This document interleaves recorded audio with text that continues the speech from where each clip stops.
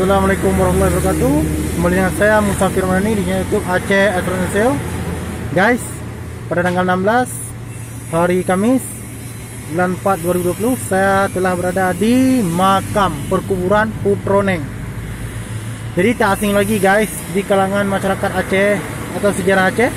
Inilah lokasi Putroneng yang konon dia memiliki 100 suami, yang ke-99 yang ke-100 selamatlah suaminya, lainnya semua meninggal. Setiap menikah meninggal malam pertama, setiap menikah meninggal malam pertama. Inilah kompleks di mana Putroneng. Inilah guys yang tidak bisa kita masuk ke dalam dikarenakan digembok guys. Jadi inilah dia cagar budayanya.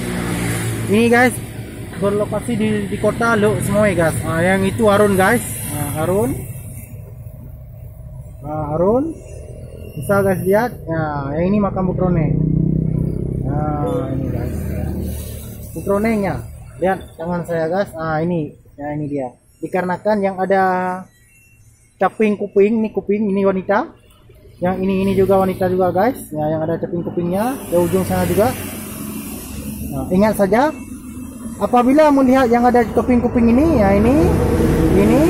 ini itu guys adalah wanita. Yang ini lelaki ya. Yang ini lelaki, yang ini lelaki. Ingat, yang ini lelaki, yang ini lelaki. Atas nama ada caping kuping. Yang ini caping kupingnya nih guys. Dia adalah wanita guys. Jadi diingat saja ya. Sangat mudah kita menandaninya guys. Inilah dia. Makam Putroneng, Desa Blangpulo guys. Desa Blangpulo, makam Putroneng guys. Jadi inilah makam Putroneng, Desa Blangpulo. Rencana kita mau masuk tapi digembok. Jadi tak bisa masuk, kita dari luar saja. Ya, jadi guys, apabila mau kemari silahkan datang saja.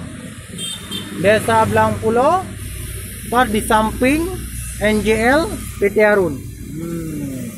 Ini PT Harun guys. PT Harun ini PT Harun, PT Harun, PT Harun, oke? Ya. Yang ini makam Putroneng. Ini kompleknya guys. Jadi sekali lagi cukup tahu saja, silahkan berziarah dan berdoa kepada yang sudah meninggal, orang-orang dahulu kala guys. Oke guys, sekian dari saya.